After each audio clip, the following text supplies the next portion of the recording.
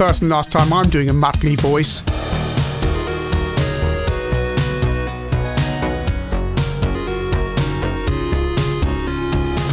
Wacky Races was a 1968 cartoon series. I say 68, it was repeated constantly in the 80s when I was growing up, all over the place, along with all the other Hanna-Barbera properties, Top Cat, and so on, which is why Hi Tec licensed pretty much all of the Hanna-Barbera characters for their range of games in the early 90s. Of course, Hi Tec went bust in 92, but they had a couple of years of really pumping out games featuring the Hanna-Barbera characters. The Jetsons, there was Top Cat, Yogi Bear, and Wacky Races was another one of those big properties.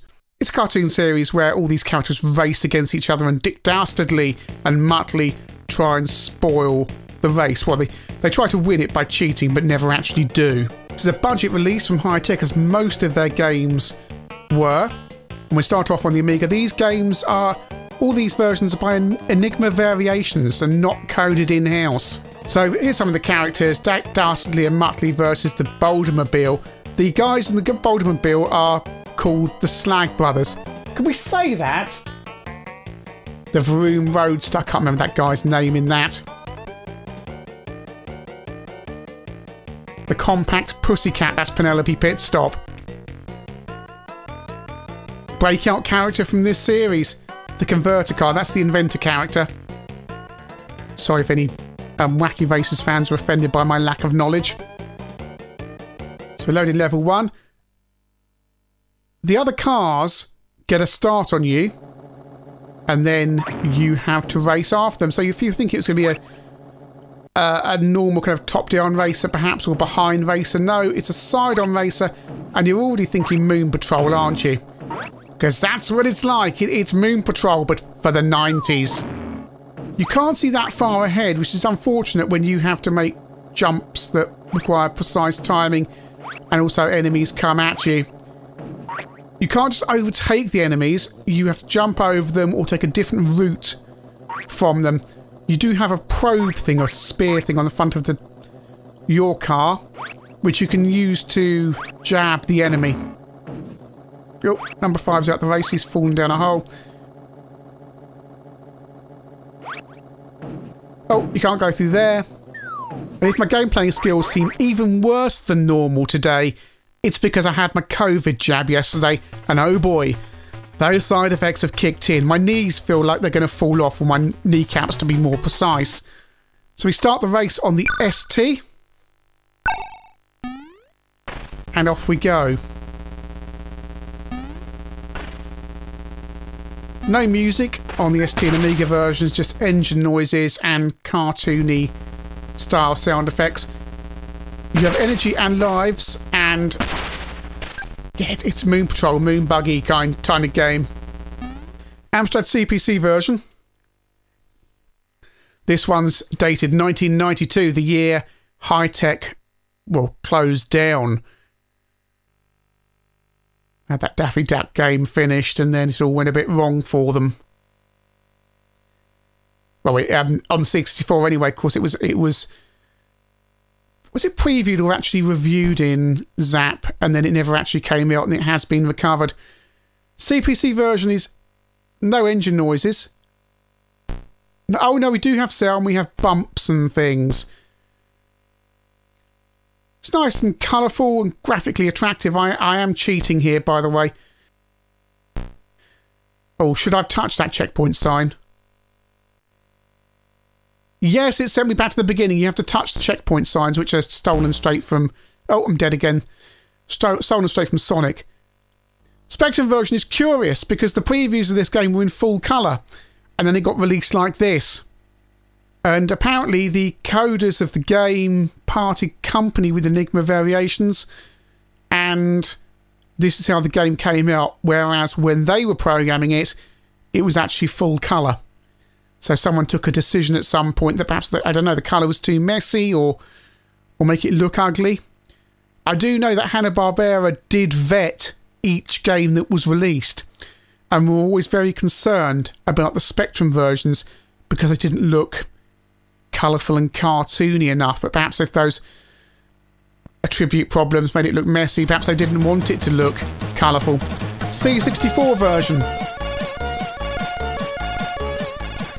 Ah, I thought this was done by Enigma Variations on all the versions. No, this is done by Rave Computer Programming.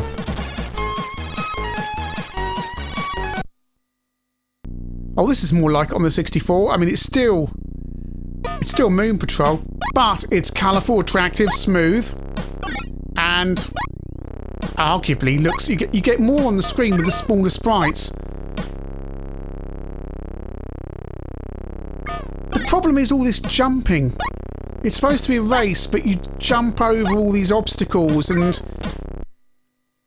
it feels like a game that's a big memory test because you've got to remember the routes, where the dead ends are, and the whole mechanic, although it's very polished, especially on the 64 here, the whole mechanic feels like something from years before.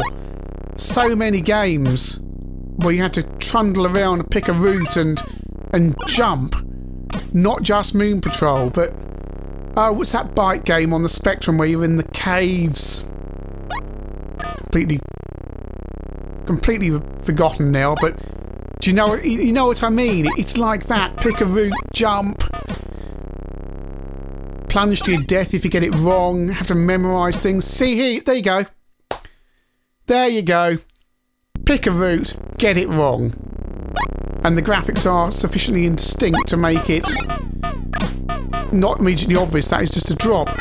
And finally, I get to see some other characters, because you don't see many of them. It's supposed to be racing, and it's the end of level 1, but the race element is so small in the grand scheme of things. Yeah. So here's the second part of stage 1. You are Dick Dastardly, and you have to build a trap. And this is far more interesting. You've got a vertically scrolling level, an arrow telling you where you need to go to pick things up. So there we go, got to wait. Got to take that back down to Muttley. Where's Muttley gone? Oh, there he is, down there. I am using cheats extensively today. I don't have the wherewithal. Right, so look out for the snake. Right, got to find the next part of this trap we're going to build. From the 64 we go to the Amiga. And yeah, you do get a sense of this. You'd almost think this was an ST game coming over to it. Jumping over, but no, I assure you this is the Amiga version. Same deal, make this trap. And just look how this Amiga version compares to the C64. A much smaller window, a more zoomed in view. You can see far less around you. And it doesn't even feel as fluid or as well animated. ST version. It's curious, it feels like the enemy, or the opposition cars are strategically placed, because look how closely I finished there to the same car on the ST and the Amiga. And the audio's jammed. So I've still got car noises going on despite the fact I'm now in the cave.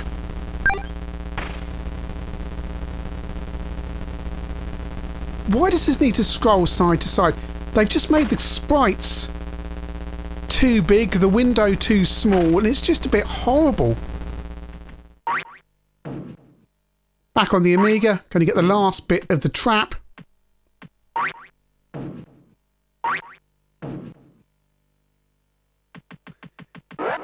Which is a rock.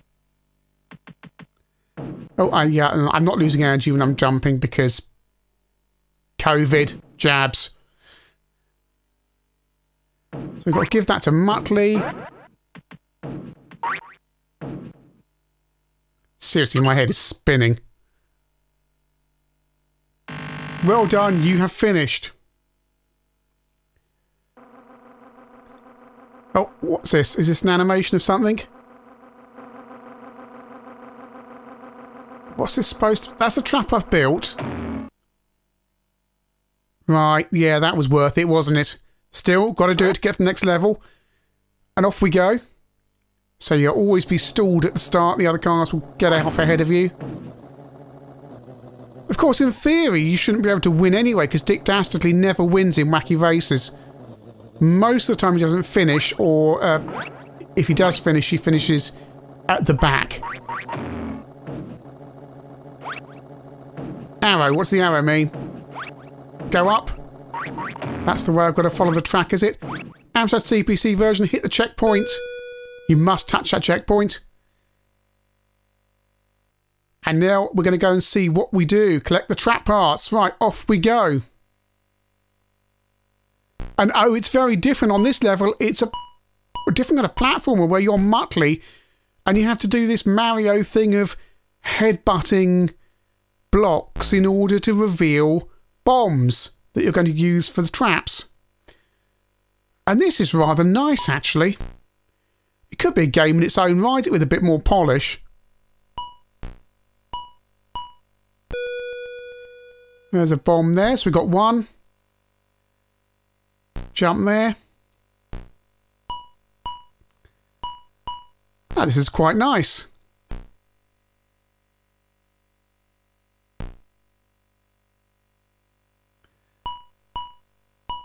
Time's running out, though. Shame it's only spot effects, and this is a multi-load as well, by the way. On the Spectrum, Amstrad and C64, so just be aware that there's quite a lot of loading. It is quite a... For an original budget game, you don't get many multi-loads, do you really? Agent X. We're on the ST. And you can't see enough of where you're jumping to. So you've got all these platforms you've got to jump on. And where are you jumping next? Where are you jumping next? Stage 2 on the C64.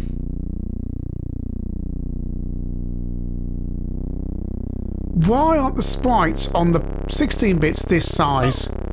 Why isn't the window this... why? Why? Still the same flaws of having to jump all over the place and you still don't really see far enough ahead. But it's just a little bit more of an advantage on this 8-bit version. Oh, no, you see, that's my fault. That's just like, yeah. They didn't list in the leaflet of side effects that your game playing skills would be even worse than usual, but here we are.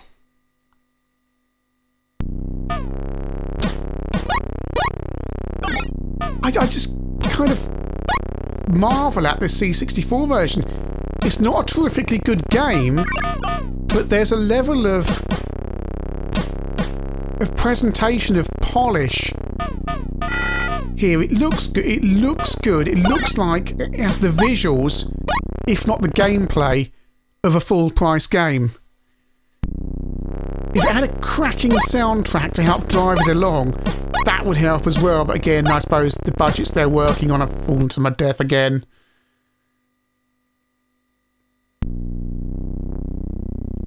It's kind of a shame. It's just so much jumping around. You wonder if they already had an engine for something and then just repurposed it for these games. It wouldn't surprise me if Hi Tec were doing that kind of thing, because the sheer amount of games they were releasing. Amstrad CPC version. We'll have to jump over logs on level 2. The Spectrum and Amstrad versions are both very different, and if you... yeah, that happens, you end up bouncing around. Oh, dear, you've got to slow the car down to get on the jumps and...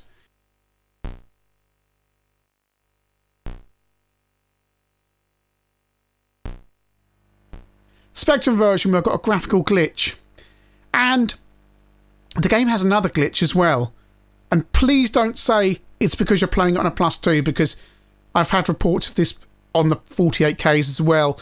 Some of the images or some of the games, I'm not sure what it is, but certainly the game should have beeps like the CPC version, but a number of people have reported, and it's not machine specific, that some of the images online have no sound, or the sound stops working, or stuff like that. So yeah, it's not my machine, but this image is clearly not working very well. So collect the track parts on the Spectrum just like you do on the Amstrad version. The Amstrad and the Spectrum are sharing the same code, and they are quite different to the ST Amiga and C64 version. Well, not quite different, but the level ordering is different, and these intermission sections with Muttley are different as well. And level 2 on the C64. Climb up. It's very difficult to see where the sections you've got to climb up are on the 64. They're just shaded very slightly differently. Be interested to know what they look like on a RF connection, if they are distinct enough. So back on the Amiga. Climb up. On the Amiga, at least they've got some cartoony style samples, which they've got off a generic sample pack. In fact, isn't this... Oh, that boing noise, jumping noise, isn't that used by... used in Oscar? And probably lots of other Amiga games. Amiga sound people will know that certain games just use very common sample packs. Oh, sometimes when you climb up, the rock crumbles away and you get thrown back down. You do have to remember, this is a budget game. We've seen far worse at full price. And licenses as well. Mr. Blobby. Speaking of Oscar, because that was by the same people, wasn't it? So for $7.99, you're getting quite a lot, even if it isn't particularly good. Because it could just be the races, but no, you've got these intermission levels as well. And to be honest, I'm finding the intermission levels more interesting than the racing, although perhaps that's rather damning for a game that's supposed to be about racing. These animations are a waste of time. This is the ST version now, and these fish things are really annoying where they can jump up. You have to time it exactly. But I'm thinking these 16-bit graphics on the cars, have they digitised some artwork from Hanna-Barbera and that's why they look a bit scratchy? Because I'm thinking of the lovely cartoon graphics you could do on these 16-bit machines that we see in other games, and you could do better than that. On the 64... oh, no. I'm not having a lot of fun today. Just in general. Pick a path.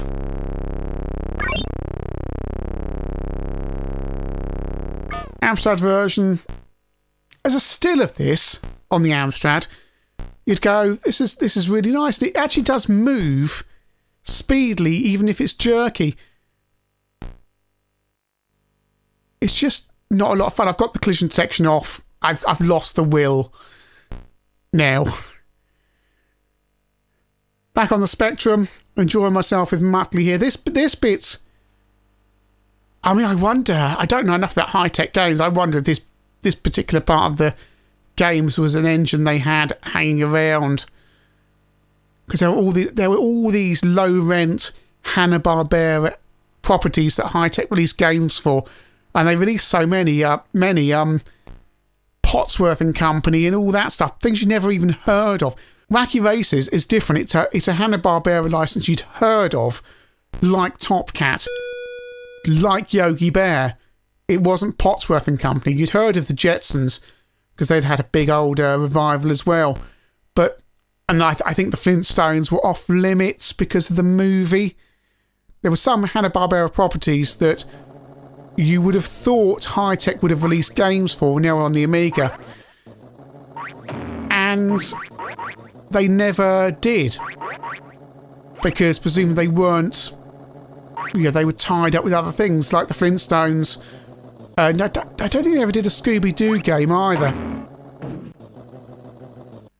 So really, Hi Tec were getting the stuff nobody else wanted. Atamant. Now, I enjoyed Atamant actually. Atamant was quite good. And this is what you see when you win the game. Dick Dastardly has won for the first time ever. Why can't you be any of the Wacky Races characters? Avoiding Dick Dastardly. That's it, the problem, isn't it, really? And here's the end of game screen on the C64. Wacky Races, well, you'd buy it because it's Wacky Races. You know what the concept is, and you think this is going to be fun. The problem is, the game isn't fun. What you end up with is a game that owes more to Moon Patrol than it does racing. What a shame you can't pick any character from Wacky Races and be them, like Penelope Pitstop or the Slag Brothers in the Bouldermobile or stuff like that. Instead, you've got to be Dick Dastardly chasing all the good guys. Fun being the bad guy, though, I suppose, though. Amiga and ST versions, the sprites need to be smaller so you can see further ahead. It's all just a little bit clunky and certainly not worth the 70% Colin Campbell gave in Amiga Power, although he was never a particularly good judge of computer games. There is a lot here, though, for your £7.99. You've got, I think, 6 levels, and you've got all those extra platform levels as well. 8-bit versions, the C64 version is really polished. Again, it's not much fun, which is a real shame because the graphics are great. It really gets across the character of the series. It scrolls well, and there's lots and lots there. But gameplay-wise, it doesn't work particularly well. CPC version is colourful, but it's not an awful lot of fun, and you've only got spot effect sound. Spectrum version plays the same as the CPC version. It's a bit easier to make the jumps because of the increased speed you've got going on. Still not very enjoyable. Overall, the word I'd use to sum up Wacky Races is lackluster. It's a game that gets so far on the goodwill of the series and having just so much packed into a budget title. The problem is, it's just not playable enough. A shame, really. It's a wasted opportunity. Are we done now? I'm off for a lie down.